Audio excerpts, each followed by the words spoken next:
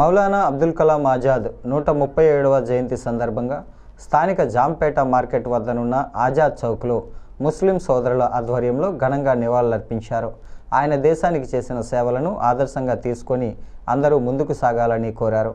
అబుల్ కలాం సమితి అధ్యక్షుడు ఎండి షహేన్ షా ఆధ్వర్యంలో జరిగిన కార్యక్రమంలో నగర కాంగ్రెస్ అధ్యక్షులు బాలేపల్లి ఆధ్వర్యంలో కాంగ్రెస్ శ్రేణులు పాల్గొని మౌలానా అబ్దుల్ కలాంకి జోహార్లు అర్పించారు.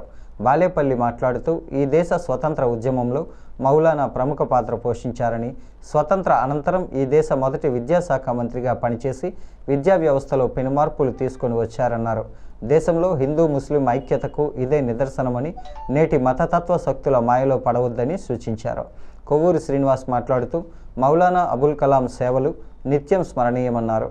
మహమ్మద్ అలీ ఆజాద్ చౌక్ పరిరక్షణ కమిటీ అధ్యక్షుడు లాల్ ఖాన్, అరీఫ్, నయీం, ఉదీన్, సల్మాన్ బాషా, ఖాన్ బాబు, మొయిన్, రబ్బానీ, షబ్బీర్, కాంగ్రెస్ నాయకులు ఇజ్జరోతు సత్యనారాయణ తదితరులు పాల్గొన్నారు.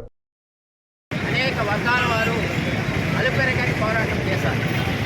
అందులో రాజకీయులైనటువంటి ముస్లిం సోదరులు కూడా వారి యొక్క ప్రాణ త్యాగాలతో